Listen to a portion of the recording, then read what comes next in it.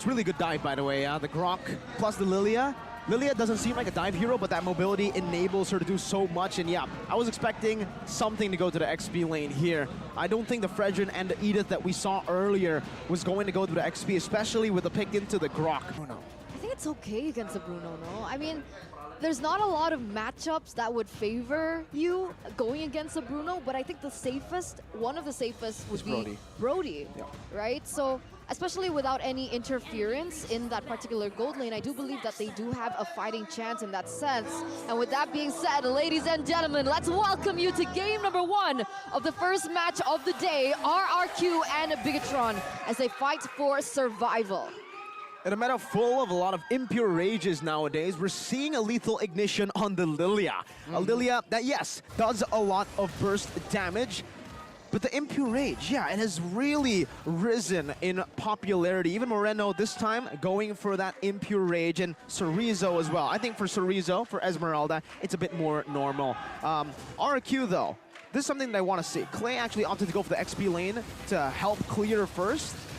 Who wins in the clear battle, Lilia or Gord? Because we've seen for both Gord and Lilia, that's been one of the ways to victory in the mid lane. Wave clear. Super Key is looking for a cheeky gank. In terms of wave clear, I think Lilia is still super strong, right? I mean, Gord, the thing that Gord has in advantage of Lilia is his poke damage and his interference with the skill number 2. But what? Is that a first blood already here in the early game? That's 1 minute in. Remember the keys to victory, we did mention over-aggression is not the key. This is something that Skylar needs to be aware of. He's going in first though. Yeah, good catch here. No Faraga armor for Banana. Not level 4 as well. It seems like Bigatron, they have zoned most of the members of RQ, which sets up a perfect turtle. Take a look at the bottom side now. Fursic, airborne caught. Good stun on towards Fursic. Fursic, he will be taken down now. Super Cerezo finds the kill with the falling Star Moon. Free turtle, and take a look at that. Super Cerezo, quite low, retreats, but Banana again, he is level 4, but Mystic Gush will put him very, very low in the backside. Super Ken finds the turtle. RRQ now, they lose out on the map control and the turtle. Are you though? Look, am I in the top prediction ranking? That's true. Oh, Super Key. Oh, Sun Skylar! Super Key finds the flicker, Earth Shatter. Skylar even pops the Purify. That is a very expensive resource. Bigatron Alpha, 2,000 gold lead. Way to counter the Bruno. Oh, in the mid lane though, that's gonna be a trade over. Oh, he might get the double. Super Cerezo down with the decimation. That's true damage for you. And top side, wild charge here just to prevent the Thresher, but it seems like 3v1 here might just a little bit be too much. Still a level below of Super Ken though.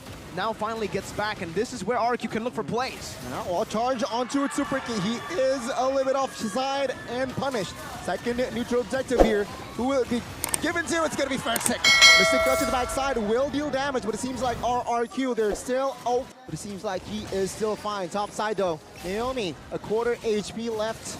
It seems like Super Ken jumps in looking for an engage, but it seems like the structure top side will be taken down. Now it seems like heavily loaded for the side of Bigatron Alpha. It seems like Fursic will not give it for free.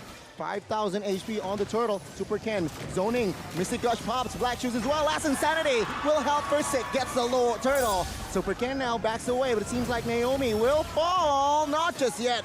Torn apart memory will finally secure Naomi. And Super Key is looking for more. Banana now, Viraga armor deleted. Seems like now he will hold on, but not for long as Sive will secure the kill. This is going to be proving grounds for Shive.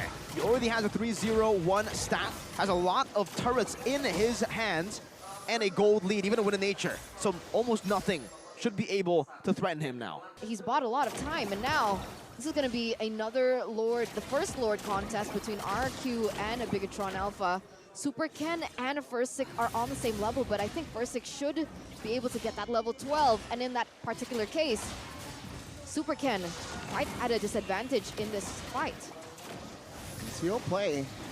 Super Key though catches Clay. Oh, Clay forces to use Black Shoes. Watch our pops as well. Super Ken with the cover, but Super Key will sustain enough and damage to make him survive. I might be wrong though. Very low in the mid side. It's a battle between Skylar and as well as Sorizo. No casualties for now, but Super Key will recall. That's a 5v4 matchup momentarily. He doesn't have flicker. That's the problem, right? He severely needs it because when they look for pickoffs in these advantages and these situations, that flicker is super expensive. Super Sorizo. Torn apart memory popped as well. Super Sorizo. 55% HP now in the Lord Pit. Take a look at that. Damage has come through. First hit, very low. Retribution battle will go to Super Ken. And they will collapse. RQ. They need to back off. Skylar needs to reposition, but no casualties in that Lord fight. Beautiful Lord dance, and that was a bit of a subversion of our expectations. Up in front without the Black Shoes, which was already popped earlier. It was very hard, and now Banana tries to go and clear out the way with the last Insanity, but it's to make him save. But in the mid side, Sive will be caught. Banana finding the shutdown. Now they will collapse as well as RQ members try to provide cover. As they would expect, and here in the mid lane, already counter pressure happening with Clay already with the Black Shoes as well. This is going to be really hard for Bigatron Alpha and actually still escape from the Mystic Gush. You can't escape from a Torn Apart Memory. It's going to be really hard without Flicker. You only have that Purify to get rid of the stack. So Wind of Nature will be a key item. Banana gets caught. Conceal play. Braga armor will be taken out. It seems like the damage will be more than enough to make Banana lose his immortal. Skylar though, take a look at the critical, man. A Super Marino Flicker Mystic Gush towards the backside. And Naomi now caught in the front and will be taken down. It's a 1-for-1 for now, but take a look at this jungler v jungler in that Lord fight.